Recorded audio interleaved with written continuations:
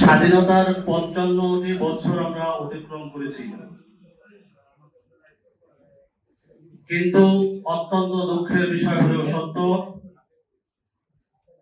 আমরা আজ পর্যন্ত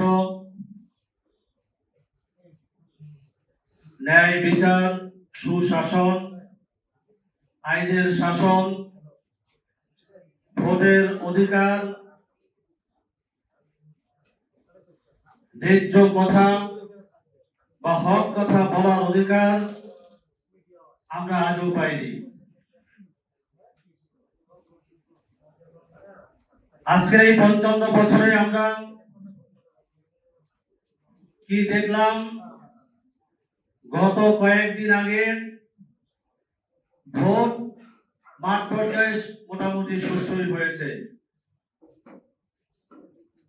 ইসলামী আন্দোলন বাংলাদেশ মধ্যরাত পর্যন্ত প্রায় 10টির উপরে আসলে জয় জয়কার অবস্থা, কিন্তু শেষ রাতে এসে দেখি তাদের ফলাফল উল্টো হয়ে গেছে।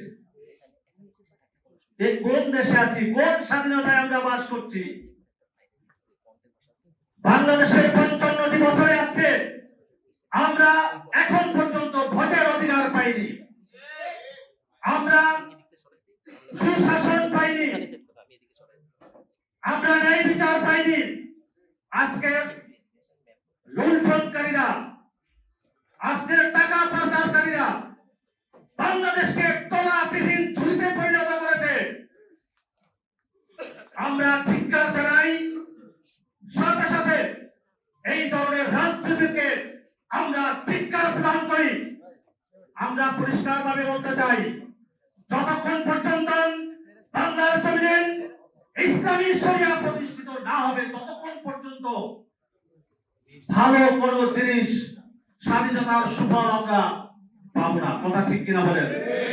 অতএব আসুন আমরা ইসলামী শরিয়া প্রতিষ্ঠার মাধ্যমে পীর সাহেব চরমনাই হুজুরের হাতকে শক্তিশালী করে আমরা আল্লাহর জন্য আল্লাহর দ্বীন বাস্তবায়নের মাধ্যমে এই সমস্ত প্রকার অন্যায়ের বিরুদ্ধে তীব্র প্রতিবাদ গড়ে তুলি এবং ইসলামী আন্দোলন বাংলাদেশকে প্রতিষ্ঠার মাধ্যমে এদেশের সকল মানুষের ন্যায্য অধিকার আমরা প্রতিষ্ঠা করি। আসসালামু আলাইকুম।